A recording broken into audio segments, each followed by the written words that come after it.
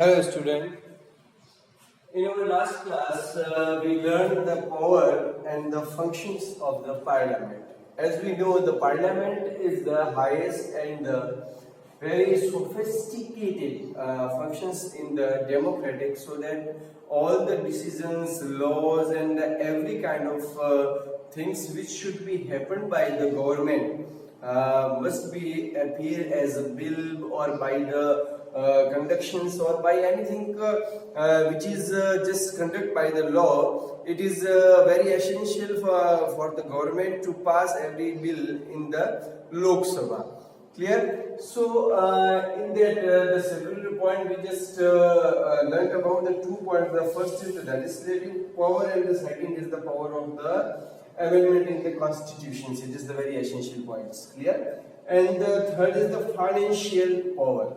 What is the financial power of the parliament? Being a representative of public.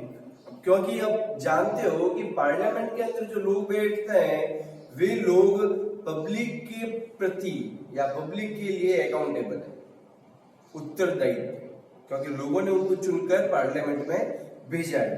Clear? So of the public, Indian Parliament hold absolute power on the national finance.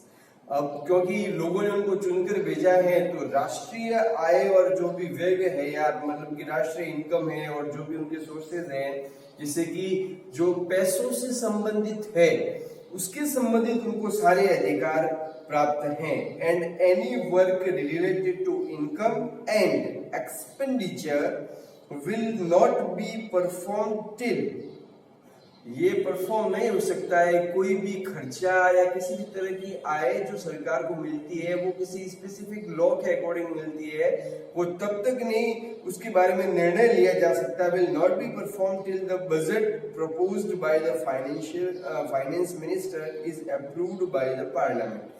जब इस कहने का मतलब है जब तक लोकसभा के अंदर वित्तीय वर्ष का बजट पेश, फाइनेंशियल ईयर का बजट पेश नहीं होता है तब वे पार्लियामेंट में ये बताते हैं कि सरकार की इनकम इतनी है और सरकार अब इतना पैसा इस स्पेसिफिक फॉर्म में, इस स्पेसिफिक ऑर्गेनाइजेशन में, इस स्पेसिफिक लॉ में, इस स्पेसिफिक स्कीम में लगाने वाली है. तो सरकार अपना पूरा एक्सपेंडिचर, आय और व्यय का ब्यौरा जब तक पार्लियामेंट के अंदर पास नहीं करवा ले, वो बिल जो है वो पास पार्लियामेंट में नहीं हो जाता है, तब तक जो है वो सरकार जो है वो आय या व्यय का निर्धारण नहीं कर सकती. तो it is very essential for budget bill passed by the parliament. It is the power, but it has the power after pass that particular bill, that government becoming the power to do something, or it can expenditure or just earn the money from that particular laws which has been passed by the parliament. Clear? So तो इसका वापस एक बार मैं आपको बता देता हूँ. Financial power में ये होता है कि क्योंकि गवर्नमेंट के लोग रिप्रेजेंटेटिव होते हैं, लोगों के द्वारा चुनकर आते हैं, तो वे जो है उनके पास में गवर्नमेंट का मतलब पूरे राष्ट्र का जो भी पैसा है उसके ऊपर पूर्ण अधिकार होता है. उनको कैसे खर्च करना है उनका पावर पूरा उनके पास में होता है. और ये एक वित्तीय वर्ष का, हर वित्तीय वर्ष का जो है एक बजट लाते हैं पार्लियामेंट के अंदर. पार्लियामेंट में उस बजट के ऊपर चर्चा होती है, फिर वो बजट पास होता है और फिर इसके माध्यम से पूरे राष्ट्र का आय और व्यय का ब्यौरा होता है. क्लियर?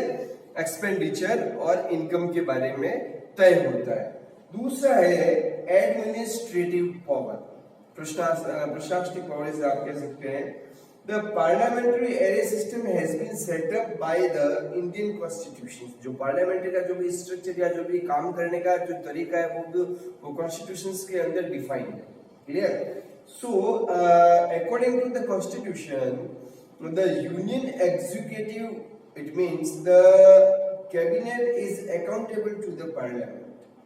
मतलब कि जो यूनियन एग्जीक्यूटिव है, संघीय जो सरकार है, उसकी जो केंद्रीय मंत्रिपरिषद है, वो कैबिनेट भी है, वो पार्लियामेंट के प्रति उत्तरदायी.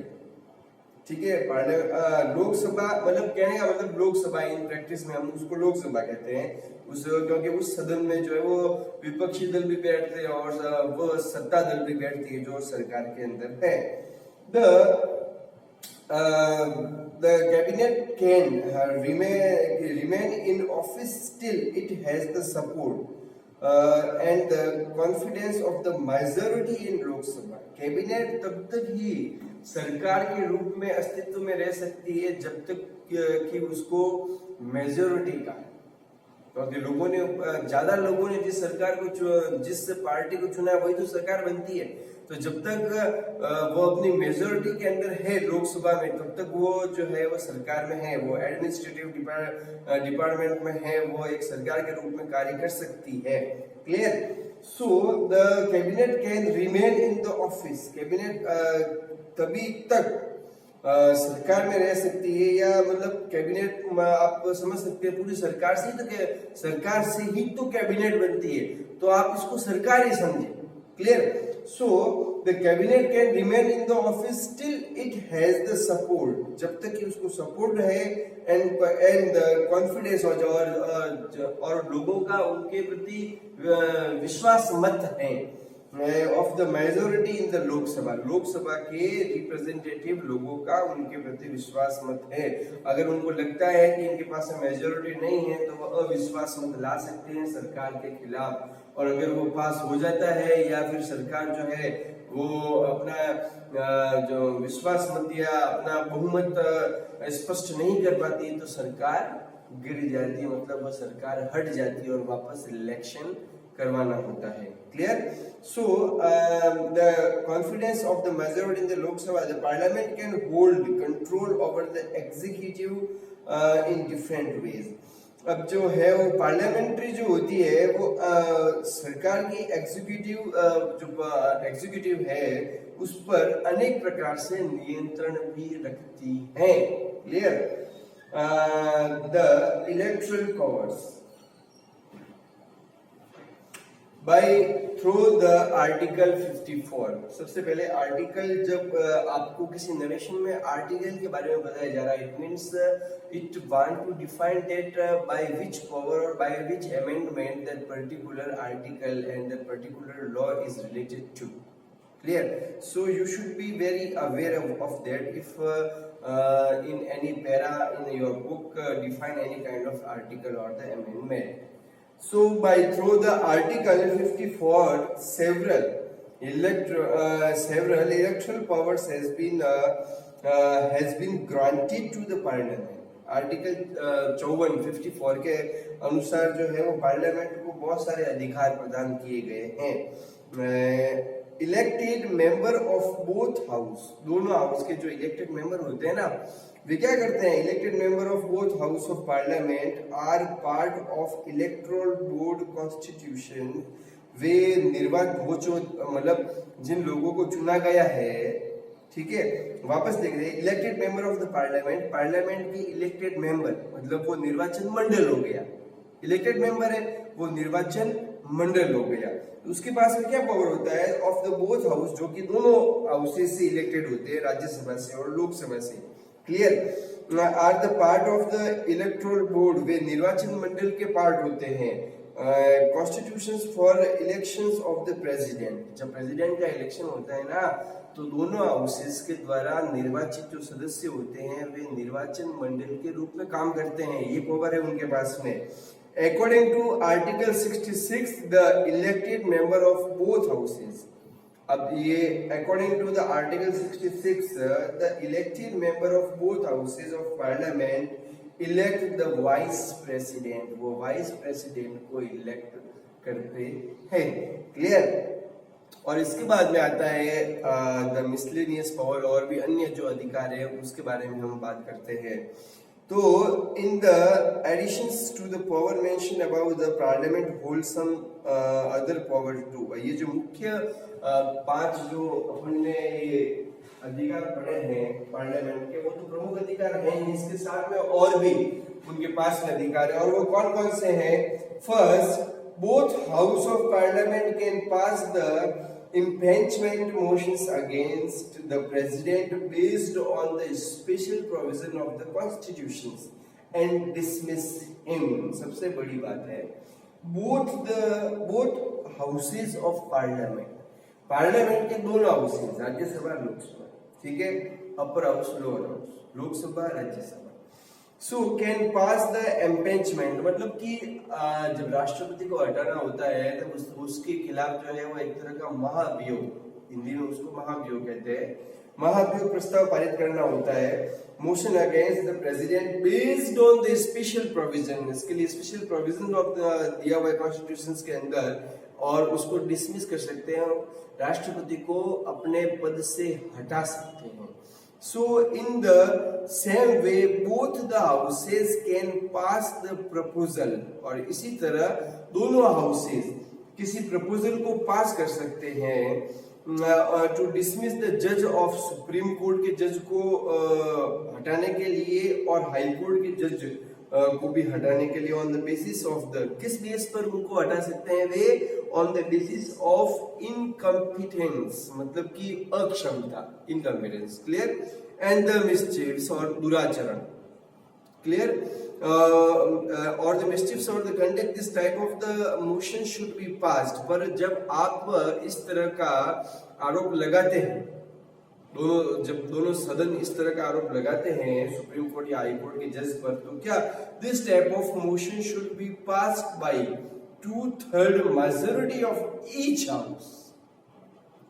राज्यसभा के 2/3 सदस्य भी इस बारे में सहमत होने चाहिए जिस जज को हटाया जा रहा है, और लोकसभा के भी 2/3 सदस्यों को इस बारे में सहमत होना चाहिए कि वो जिस जज को हटा रहे हैं वो उनकी सहमति आवश्यक है.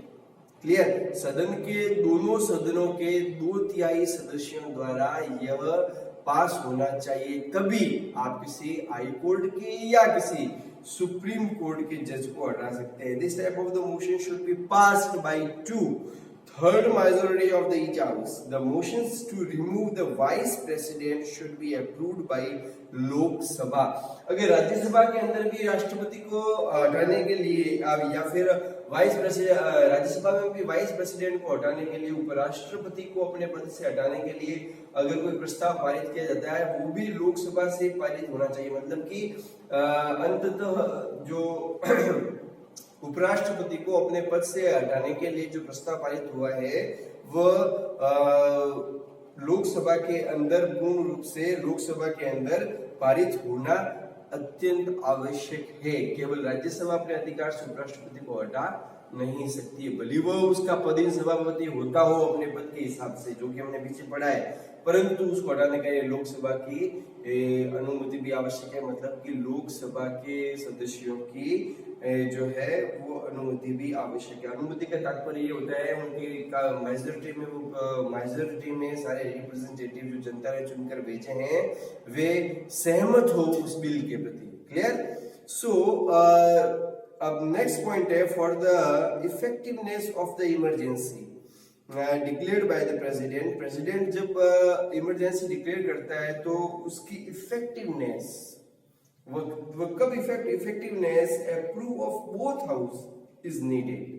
दोनों सदनों द्वारा यह प्रस्ताव पास किया जाता है, तभी प्रेसिडेंट के द्वारा जो डिक्लेयर्ड इमरजेंसी है वो क्या होती है, इफेक्टिव होती है. क्या होती है, इफेक्टिव होती है. मतलब इसका मतलब क्या, the president rule is exercisable for the 6 months at a time.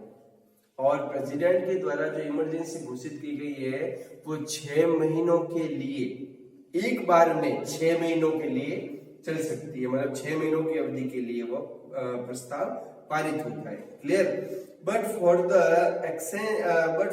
essence of the both the houses of the parliament would be the compulsory. अगर इसको आगे बढ़ाना है तो उसको आगे भी बढ़ाया जा सकता है, but for the essence of the both houses of the parliament would be compulsory. पर दोनों सदनों की सहमति के द्वारा ही इसके बारे में पूर्ण रूप से सहमति दी जाती है. Power of the authority and the function of the Lok Sabha के बारे में अपन नेक्स्ट क्लास में पढ़ते हैं.